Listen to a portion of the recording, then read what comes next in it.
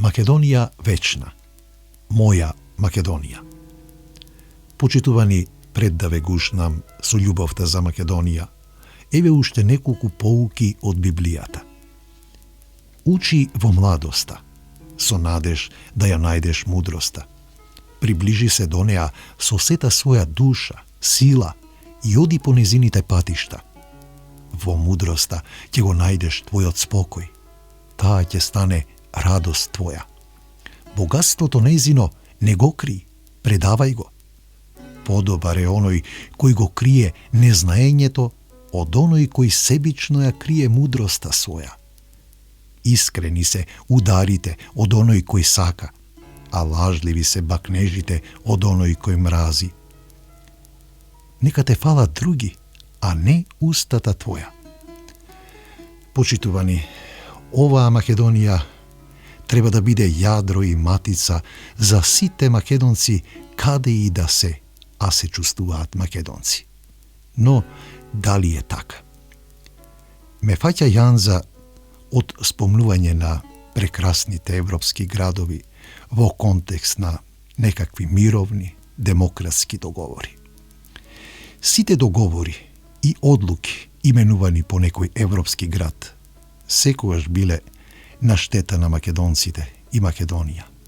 Денес имаме француски договор кој е прифатен од наша страна со надеж за светла иднина на Македонија. Вера, надеж и љубов. Дај Боже. Ама јанзата ми стои.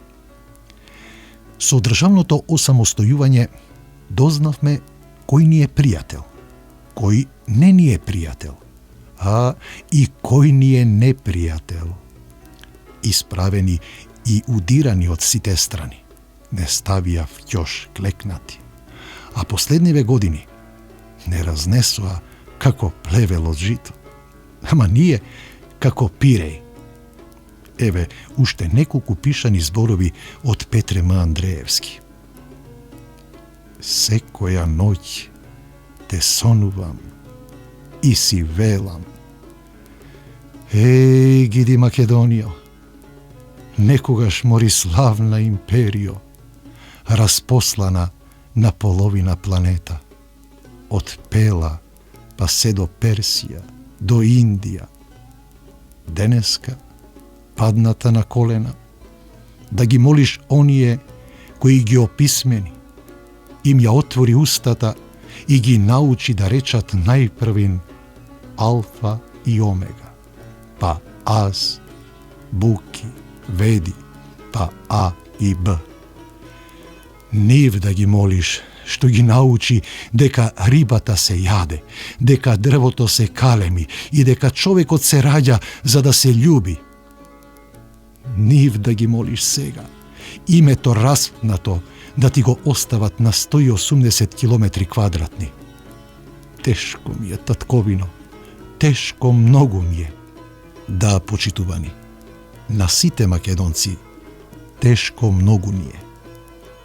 Македонија вечна, моја, наша Македонија.